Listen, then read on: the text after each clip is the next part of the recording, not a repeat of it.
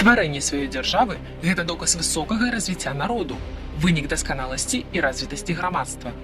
Вытокі дзяржаўнасці Беларусі бяруць свой пачатак у сівой мінуўшчыне. Мы з'яўляемся пераемнікамі больш чым тысячагадовай традыцыі дзяржаўнага існавання, карані якой дасягаюць у 9 стагоддзе. Але доўгі час пытанне дзяржаўнага будаўніцтва на Беларусі жудасна фальсіфікавалася, асабліва з боку польскай і расійскай гістарыяграфіі на сваю карысць. Гісторыкі-фальсіфікатары стваралі штучныя навуковыя канцэпцыі, у якіх даказвалі, што беларусы ніколі не мелі сваёй дзяржаўнасці. Перыядычна далучаліся то да старажытна-рускай дзяржавы, то да ВКЛ, то да Рэчы Паспалітай, то да Расіі.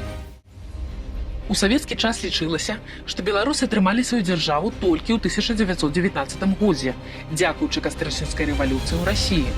Такі падыход быў узведзены ў ранг закону і замацаваны ў Канстытуцыі БССР 1978 года. У грамадска-палітычных умовах 30-80-х гадоў 20-го стагоддзя айчынная гістарычная навука адмовілася нават ад намёкаў на існаванне ўласнай дзяржаўнасці ў мінулым. Адмаўляючы багатыя гістарычныя традыцыі беларускай дзяржаўнасці, гісторыкі сфарміравалі ў пераважнай большасці насельніцтва комплекс гістарычнай няпаўнавартаснасці і пераканалі ў гэтай няпаўнавартаснасці сваіх блізкіх і далёкіх суседзяў. Між тым, з летапісных крыніц вядома, што асновы дзяржаўнасці ў нашых продкаў з'явіліся яшчэ да ўтварэння Кіеўскай Русі. Полацкае княства – гэта першая беларуская дзяржава, якая мела не ўяўны, а сапраўдны суверэнітэт і сама распараджалася сваім лёсам. На працягу стагоддзяў яна захоўвала ўсе найважнейшыя атрыбуты дзяржаўнасці – заканадаўчую ўладу ў выглядзе веча, выканаўчую ўладу ў асобе князя, уласную княжацкую дынастыю рагвалодавічаў Усяслававічаў, стабільную тэрыторыю, магутнае войска.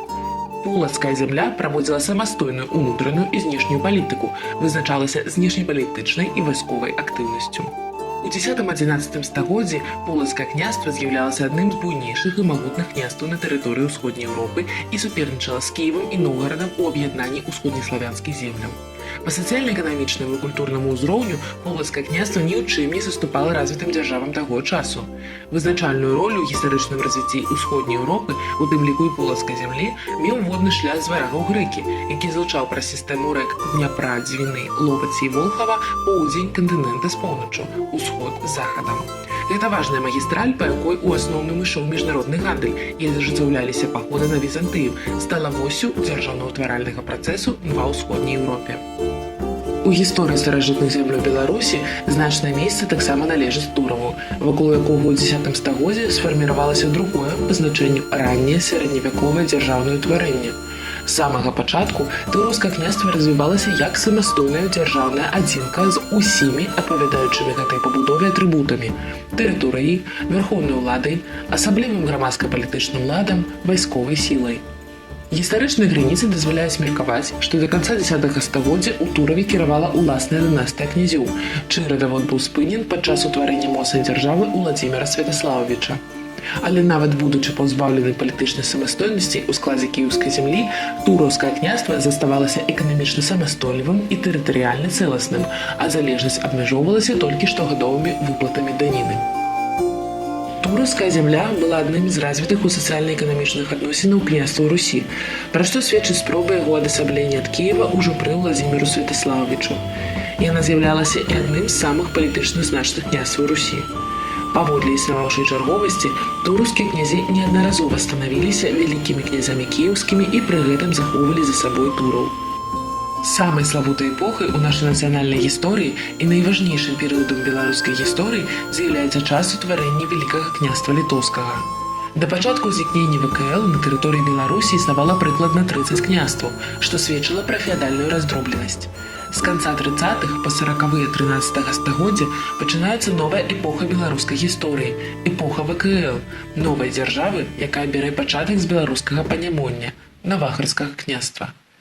ВКЛ праіснавала больш за 500 год, што з'яўляецца даволі рэдкай з'явай для краіны з буйной тэрыторыяй і палітнічным насельніцтвам, якая ў 14 стагоддзі ахоплівала тэрыторыі ад Балтыкі да Чорнага мора. Прычым Вялікае княства Літоўскае – гэта дзяржава з высокай юрыдычна-прававой культурай, развітым кнігадрукаваннем, з талерантным падыходам да веравызнання. І ядром такой дзяржавы былі менавіта беларускія землі, а старабеларуская мова і культура былі доўгі час пануючымі. Пагэтаму ВКЛ можа лічыцца беларускай дзяржавай. Якія ж фактары сведчаць аб беларускасці ВКЛ? ВКЛ стваралася на беларускіх землях. Першая сталіца – Наваградак. Так званая Літва Міндоўга была на самой справе на Наваградчыне. Жамойцкія землі, гэта сённяшняя тэрыторыя Літвы, былі далучаны да ВКЛ толькі ў 1410-1422 годзе па князе Вітаўце.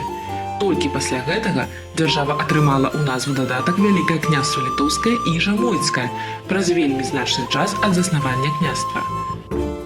Дзяржаўная мова да канца 17 стагоддзя ВКЛ, а гэта 600 тамоў літоўскай метрыкі, старабеларуская, хоць і называлася яна інакш.